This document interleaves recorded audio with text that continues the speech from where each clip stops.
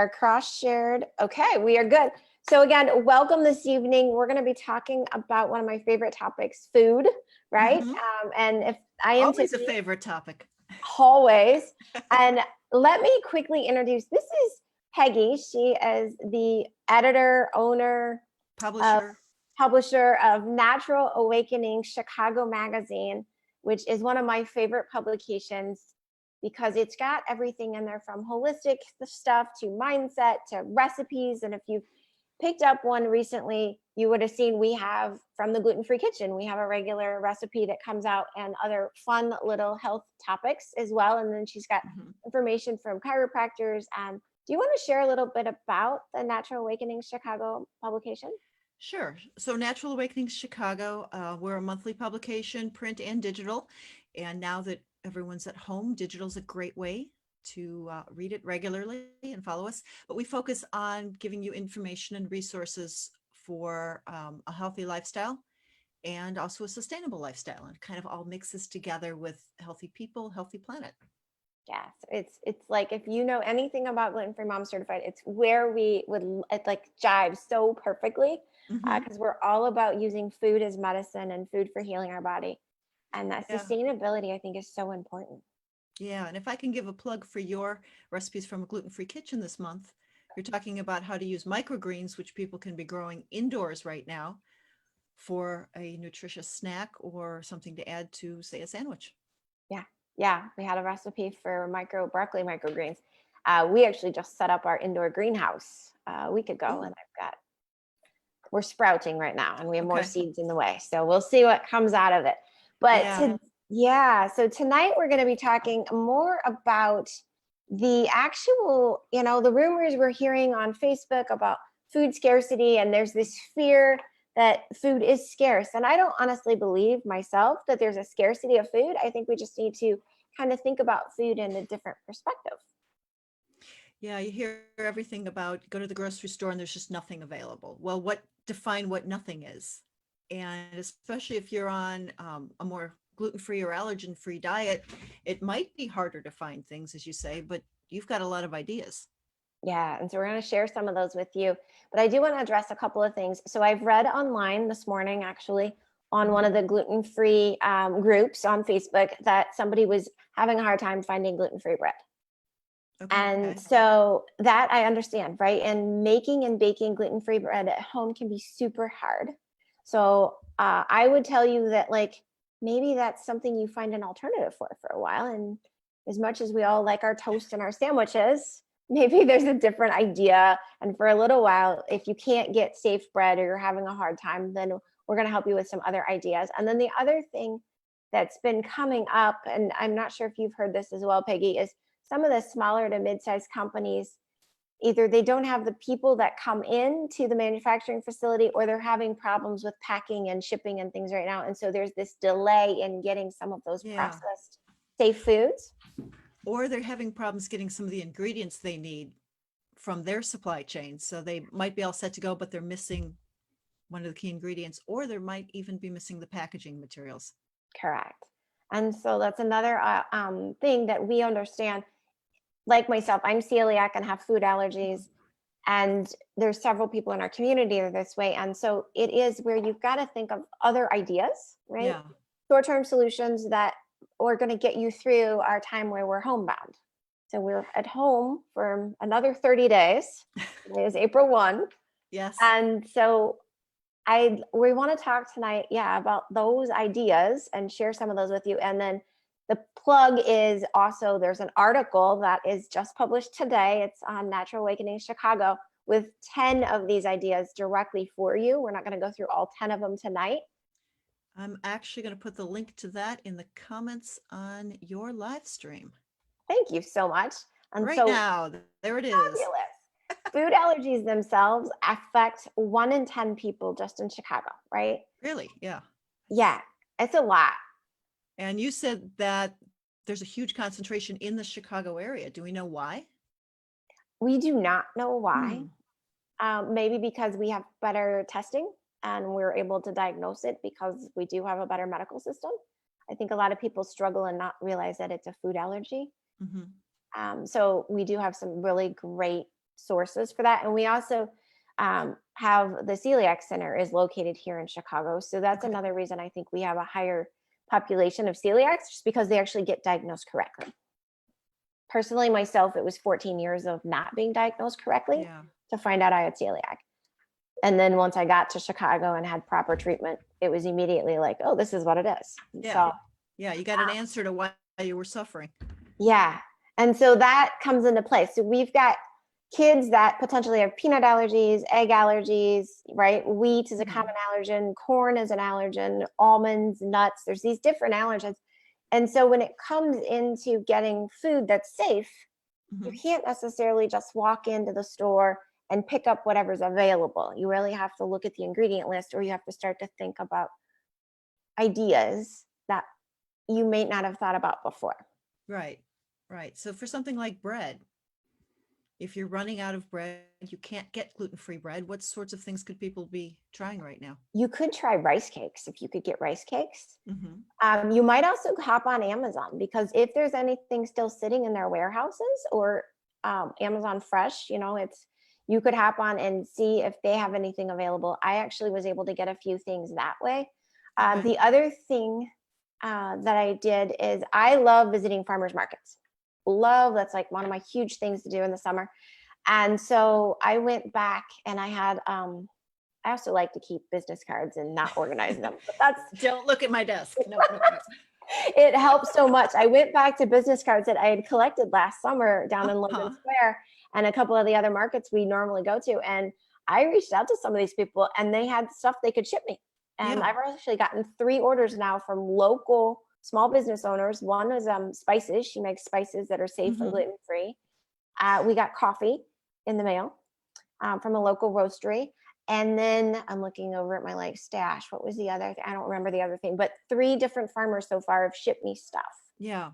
Yeah. Do you want to talk about farmers markets now in the food chain, or you want to go back to some of the tips? Oh, we can talk about farmers markets and food chain, and then we can jump back into other ideas, because you're going to need those ingredients at home. Yeah. One of the things with farmers markets, it's kind of tricky, because when a lot of the other things got closed, parts of the country closed their farmers markets, yet several states, including Illinois, have said to an extent farmers markets are essential. But there's still a lot of work being done around that. Groups like the Illinois Stewardship Alliance and the Illinois Farmers Market Alliance right now are working very closely, along with Illinois Environmental Council and other groups, to keep the farmers markets open, because there's a lot of good reasons, but it's a short food chain. And by short food chain, I mean the produce, the kale, the whatever you're buying is grown on the farm, packaged by the very small group of farm employees that are somewhere right in the Chicago area, 20 miles away, 30 miles away. And then right now they're delivering it to your doorstep. In many cases, like how you ordered. Yeah. And so it's very controlled, and you're getting the organic produce. You're getting things that the farmer is taking pride in it. It's not something that you're buying that was shipped from California or South America or wherever. The other thing that I love is that we're able to support other families locally, because a lot of people, again, we're hearing people are losing jobs, or they're doing, part-time, or they're getting different things depending on what they did for a job. So being able to support the farmers, I think, is hugely important, because it's also good for their livelihood. But once you get, right, whether it's through the CSA, through your local farmer directly, or you get it like through Imperfect or another produce delivery. Irvin Shelley's or a couple of other places. Yeah. All of those. Once you get that stuff directly to your house, that's when you got to really think about, right? How do you make this happen? Because work-life balance. I'd love to know how many people watching us live right now have their kids at home, and now you've got that going on. You're doing your day job, and you're trying to keep your house in order and entertain people. And they're looking to snack throughout the day too. Yes, they are. And they're not wanting an apple, even though that's what I keep saying. Go get an apple. I'm tired of eating apples, Mom. It's what we have. Go get an apple. Yeah. But it is so true. So you get your produce, you get your veggies, and that's where you have to turn to with your food allergies, because the Mhm. processed food right now is not so easy to get. The safest thing for you to do is to turn back to fruits and vegetables, right? Maybe even get a hold of a local, if you are eating meat, get a hold of a local meat grower. There's a lot of different farms, Mhm. again, from that farmer's market area, and they'll do home deliveries. They'll bring you eggs. There's a cheese farmer in the area as well. And so a lot of that you can get right to, but you've got to kind of go back to those recipes. Yeah. You have to go back and cook. You do. And there's an opportunity there. There's an opportunity to teach the kids how to cook for themselves so they don't get to Mhm. college and live on fast food. Yeah. So what are your I can't talk. What are your girls learning right now about cooking? So tonight they learned how to cook shrimp on a flat top because they decided they wanted shrimp. Um, but the other thing, they've learned how to roast a chicken. So we walked through that. Josie last week made a pot roast and Okay. put everything in the crock pot Good early in the for morning. It was her. like, so that worked out really well. My girls already can make pancakes, muffins, all of that like traditional breakfast food on their Mhm. own. And they use like the electric skillet by themselves. And they're starting to use the gas stove. Okay. Uh, and I say that hesitantly because they are, the oldest is 8. So we're talking Okay. about, right, They're grade schoolers. supervised. They're They are supervised. supervised.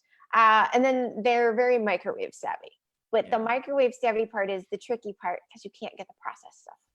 Mhm. So it's preparing things ahead of time, right? Yeah. Either using your Instapot or your crock pot and then having leftovers that they can get out and microwave. Okay. Uh, Today, they had to make their own lunch.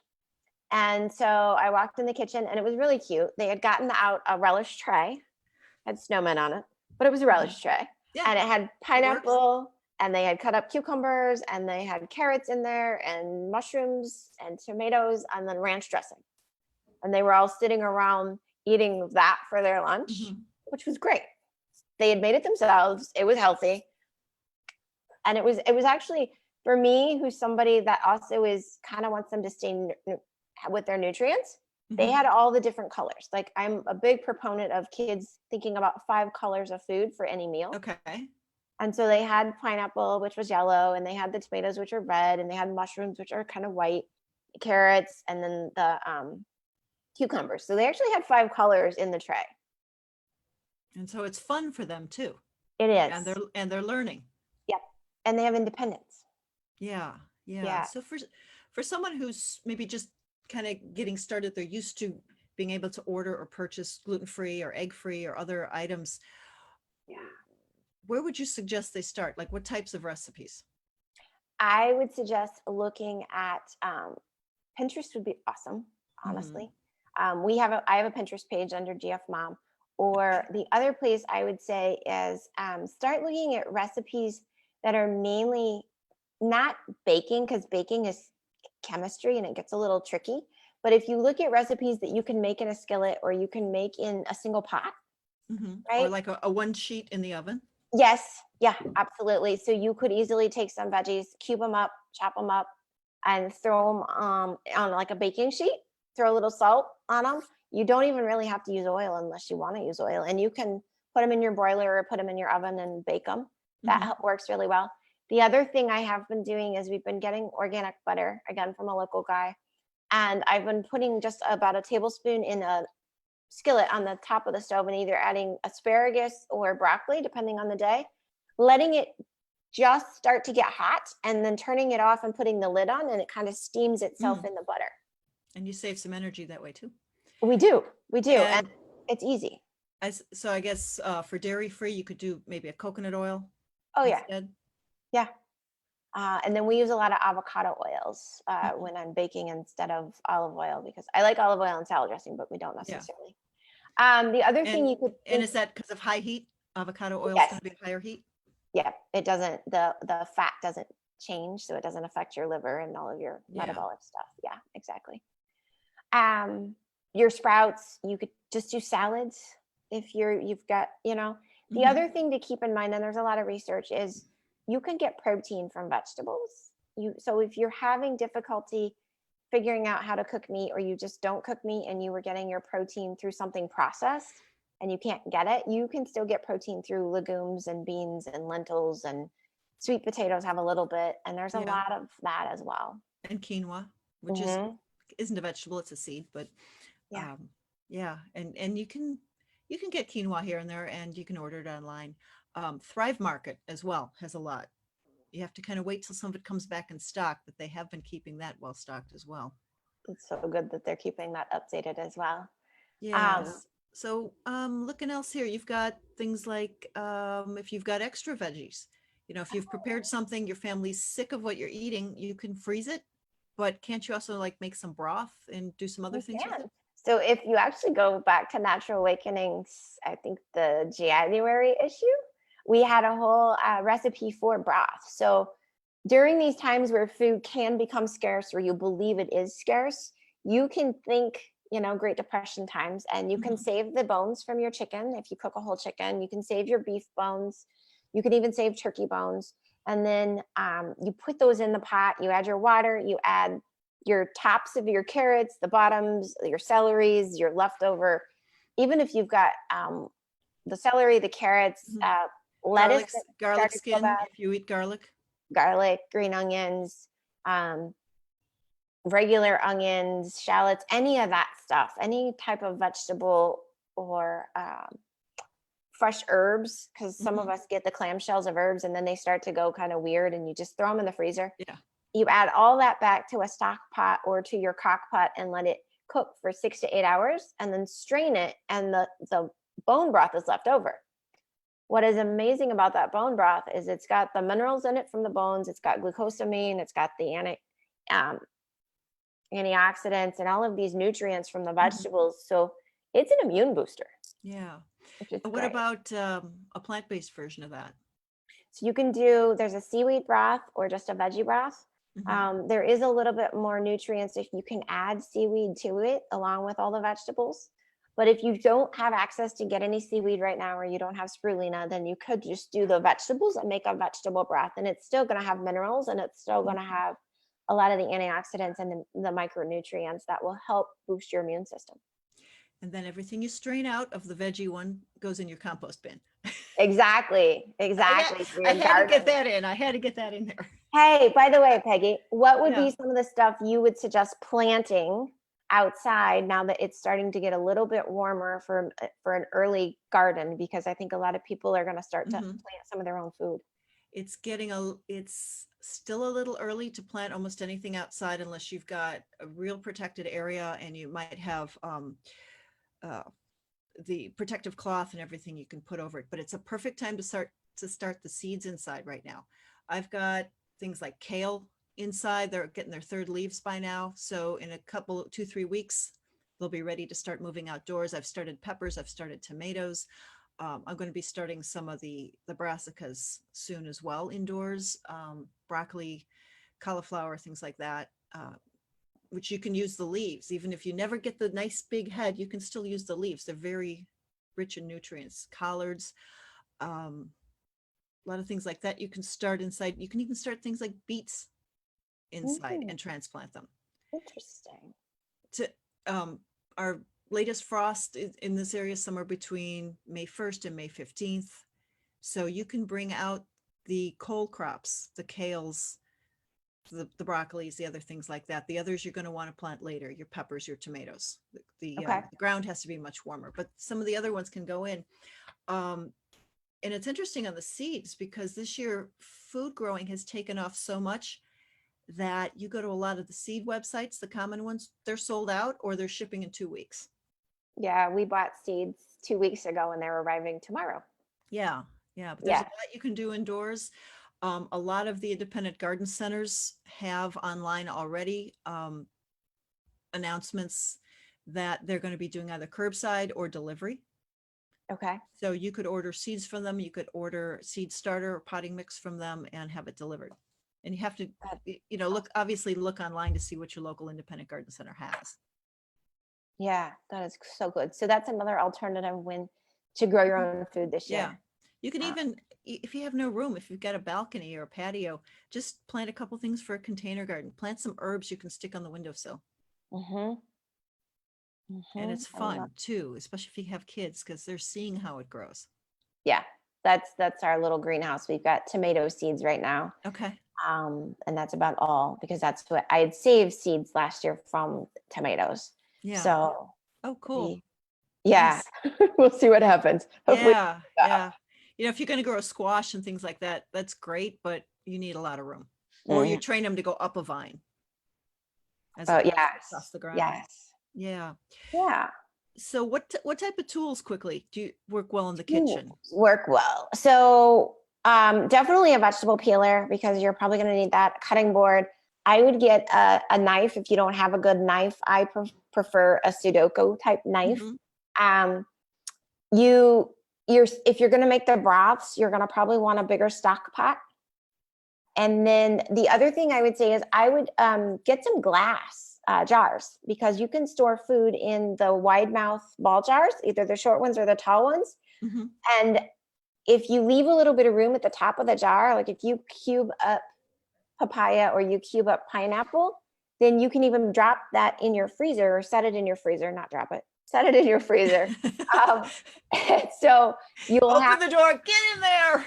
yeah, don't do that. You would you can freeze in that glass and then you'll have that for morning smoothies, or if you want to do like a puree or like a sorbet or anything with your frozen fruits. Hmm. So if you do get an abundance of produce, which I will tell you a little story. So everybody was like freaking out right about toilet paper, and we waited till a little late, which was fine. We still have toilet paper in our house, no worries. But my husband went out and he was like, all right, I gotta go get allergy-free food. We have 2 celiacs in the house. We have an egg allergy. We have an almond allergy. Like our house has 9 different food allergies. Hmm. And he went out and then we didn't hear from him for like 2 hours. We're like, you know what happened to dad? Where I'm like, is you went to go he? get your food. Don't forget. And he comes back and he's just got produce and produce. And he's like, all they had was vegetables. And my girls were like, what? so then, so it's fine. Like we did cube up a lot of stuff. Hmm. We froze it. We cleaned carrots and had all this ready in the fridge, which is what they've been eating. But Lily reminded me yesterday she's had no junk food for 2 weeks. And I was like, that's very good. That's a good thing. So don't, what I say all that to say, don't freak out if you can't find the bread or you can't find your Hmm. pasta, Yeah. because Yeah. you can survive on fruits and vegetables.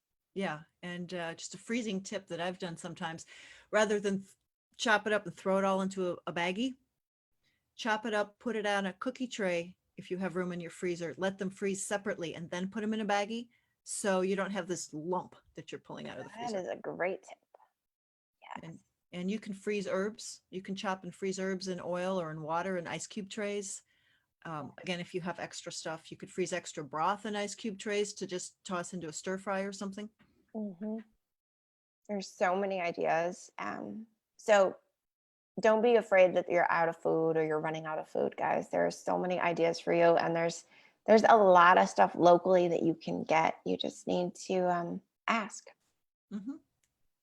So Yeah. how do people get more information about you and GF Mom Certified? So your easiest place to get more information right now is going to be Facebook. Our website is in a huge upgrade. You're welcome to go to the website. Just know that in about 2 weeks, it's going to look different than it looks right now. Yeah, it's like magic. The world shuts down and everybody gets new websites. But GF Mom Certified, you'll find us on Instagram, Facebook, Pinterest, YouTube. So a lot of different videos and different helps. We actually have a bone broth video that Frankie made a couple years ago as well on YouTube. So there's a lot of interesting stuff on YouTube. But that's where you'd find more information. If anybody needs resources or you need cookbooks, go to Amazon and type in Tiffany Hinton, and you'll find we've got 16 different cookbooks we've published in the last 10 years that are all allergy friendly.